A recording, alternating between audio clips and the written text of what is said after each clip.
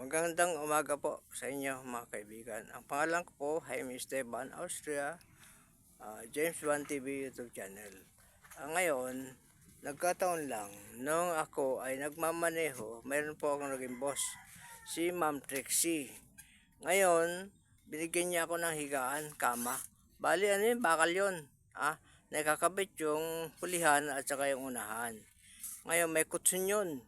Ngayon, mayroon pong nagkataon nun, nung may nagpamaneho sa akin sa Montalban. Ngayon, sa madaling salita, dinala ko sila ron sa Montalban. Nung pabalik, ang ginawa ko, dinaanan ko, yung higaan ko doon sa may tagig na inupahan ko para kako hindi mawala. Ang ginawa ko, sinakay ko, tapos ngayon yung sakay kong tao, inuwi, dinala ko na sa kanilang lugar. Doon yun sa may UN Avenue, malapit. Ngayon, doon sila nagtatrabaho, mag-asawa yun eh. Ngayon, nagkataon, iniwang ko sa sasakyan, ngayon hindi ko na ipagbilin.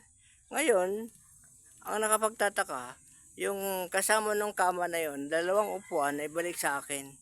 Pero yung kama, hindi na binalik sa akin ng tao. Tatanong, hindi raw niya nakita. Hindi naman siguro siya bulag para hindi niya makita yon. Pero alam ko yun ang hinihigaan nila. Ang pangalan po niya Kiko. Ang Kikong yon, walang konsensya. May timbalat, may pati buto, at may din pati puso. Parang walang utak.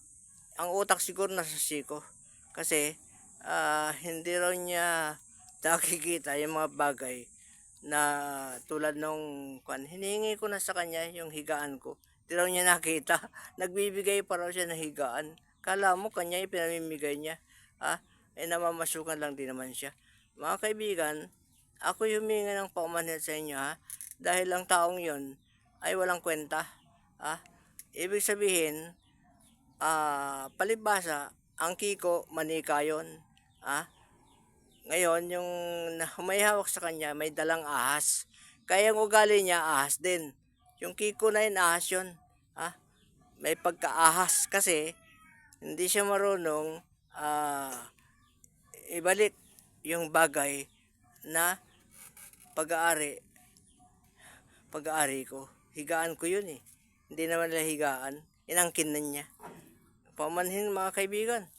Nasasabi ko lang ito kasi ang taong sinasabi ko ay walang kwentang tao. Kiko po, pangalan niya, Kiko. Basta doon yan, malapit sa may